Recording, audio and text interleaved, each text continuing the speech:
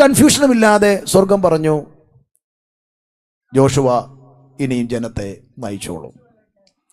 ഈ പകൽ ഇതിനകത്തിരിക്കുന്ന സകല ജനത്തോട് ഞാൻ പറയാം, ദൈവം നമ്മളെ ഓരോ ഉത്തരവാദിത്വം ഏൽപ്പിക്കുമ്പോൾ അത് ചെയ്യുന്നത് ദൈവത്തിനാണെന്ന് മനസ്സിലാക്കി വിശ്വസ്തയോടെ ചെയ്താൽ, ഇന്നൊരു പക്ഷേ നിങ്ങൾ ഓഡിയൻസിൻ്റെ നടുവിലായിരിക്കും, നാളെ നിങ്ങൾ ഈ ഡയസിലേക്ക് നിങ്ങൾ വരണമെങ്കിൽ ഇവിടെ ഇരിക്കുമ്പോഴുള്ള നിങ്ങളുടെ വിശ്വസ്തതയാണ് ദൈവം നോക്കുന്നത്.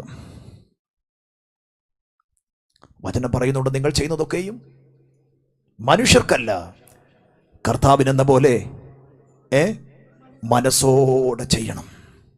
പ്രതിഫലം തരുന്നൊരു കർത്താവുണ്ട്, പ്രതിഫലം തരുന്നൊരു കർത്താവുണ്ട്. ദൈവസഭ എടുത്തുകൊള്ളപ്പെട്ടാൽ ആദ്യം സംഭവിക്കുന്ന എന്തുവാ? അവനവൻ ശരീരത്തിലിരിക്കുമ്പോൾ ചെയ്യുന്നത് നല്ലതാകലും തീയതാകലും അതിന് തക്കവണ്ണം പ്രാപിപ്പാൻ നാം എവിടെ ചെല്ലും? കർത്താവിൻ്റെ ന്യായാസനത്തിന് മുൻപാകെ നാം വെളിപ്പെടും. ദൈവസഭ ഇവിടെ എടുത്തുകൊള്ളപ്പെട്ട് കഴിഞ്ഞാൽ സ്വർഗത്തിൽ ആദ്യം നടക്കുന്ന എന്താണ്? പ്രതിഫലമാണ്. ഈ ഭൂമിയിൽ നമ്മൾ കർത്താവിന് വേണ്ടി ചെയ്തതിന് അത് വിശുദ്ധന്മാർക്ക് വേണ്ടി മാത്രമുള്ളതാണ് കേട്ടോ. എന്താണ്? വിശുദ്ധന്മാർക്ക് വേണ്ടി മാത്രമുള്ളത്.